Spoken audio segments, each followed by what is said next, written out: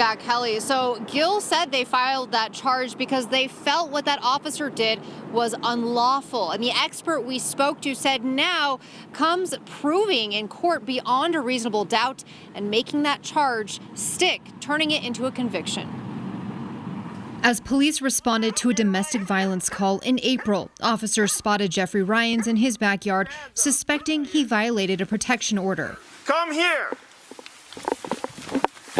You're going to get bit. But it's now the officer, Nicholas Pierce, who is facing a criminal charge for what you see and hear in these moments. Get on the ground. On the ground. All the way down. On the ground. I'm on the ground. I'm on the ground. Why are you biting me? I'm on the ground. Stop. Good boy. You guys out. Good boy. Back right now. Holy right now.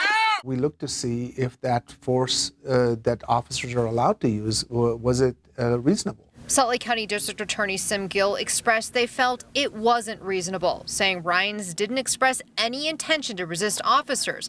He wasn't fighting or posed an imminent threat when Officer Pierce ordered K-9 Tuco to bite. And in this case, the conclusion of our attorneys, when we reviewed the body cam video, we looked at the reports that were generated, we could find no lawful reason to use that police dog in the fashion that it did, and resulting in the injury that caused on Mr. Ryans. It's the injury, he says, that's part of what makes it unlawful.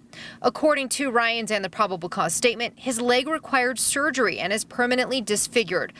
Charging an officer with the crime during a police incident is an unusual move, says retired UPD Deputy Chief Chris Bertram. I watched the video, I'm bothered by it, but I look at it from a perspective of what is the policy at Salt Lake City Police Department with the use of canines, what is their training, and what's that based on?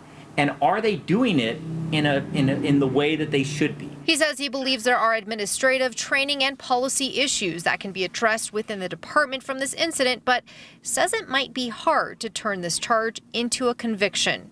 But I'm not sure that when we see this get to a trial at some point, if there's going to be enough to convict him based on a jury finding beyond a reasonable doubt that he did this intentionally with malice, and that was his intent. Even though the charge is on a Salt Lake City police officer, Bertram says every department within the valley should be reevaluating their canine training and policies. Because if, based on what Sim Gill has done, they are now at risk of getting their officers charged based on the deployment of those canines, I would think that you have to have some really deep discussions within your department and also probably with Sim Gill. When asked why he filed the charge in this incident versus others when Gill has ruled use of force justified and declined to file charges, his answer: Our goal is not to please one side or another. Our goal is to apply the law to the facts that are presented to us.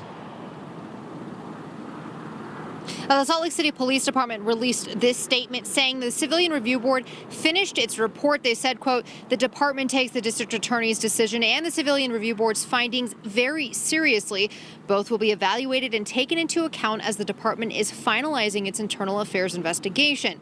If Internal Affairs finds that Officer Pierce committed a policy violation, the chief's office will follow the disciplinary process required under state and federal law. Now, I did speak to the Salt Lake Police Association this evening. They told me tonight that their board voted to provide legal service to Officer Pierce. They're going to use the attorney they normally use for the association. They also said they continue to stand behind Pierce in the actions he took, and that they felt he was within his legal right as well as within city policy to do so. Live in Salt Lake City, Lauren Steinbrecher, Fox 13 News, Utah.